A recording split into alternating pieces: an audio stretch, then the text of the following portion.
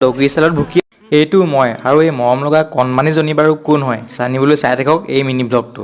ৰাতিপুৱা শুই উঠি যে চাহকাপ যে খাবই লাগে এনেকুৱা হেবিটটো নাই বাৰু মোৰ, কিন্তু আজি বনাব মন গ'ল আৰু চাহপাত বিস্কুট চানাও আনি থোৱা আছে যেতিয়া খাই দিওঁ আৰু। আমাৰ ল'ৰাবোৰৰ ৰুমততো বিস্কুট চিস্কুট নাথাকে জানেই। এতিয়া চাহকাপ খাই অলপ বোলো পঢ়োঁ, এক্সাম পালেহিয়ে নহয়। পিছে ভিডিঅ'টো লগাই কিতাপখন মেলোঁতে মনটো বেছিকৈ হৈ বহিছেচোন। আজিৰ পৰা সদায় এনেকৈহে পঢ়িম আৰু বাপেকে। ৰাতিপুৱা শুই উঠাৰ পৰা অকল চাহ একাপহে পেটলৈ গৈছে।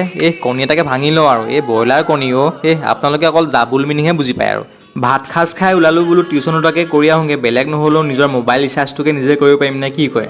গৈ দেখিলোঁগৈ কুকুৰটোৱে মোলৈ চাই চাই ডগৰী ষ্টাইলত ভুকি আছে। মানে কুকুৰটোৱে তাই নিজৰ ষ্টাইলত ভুকিছে আৰু।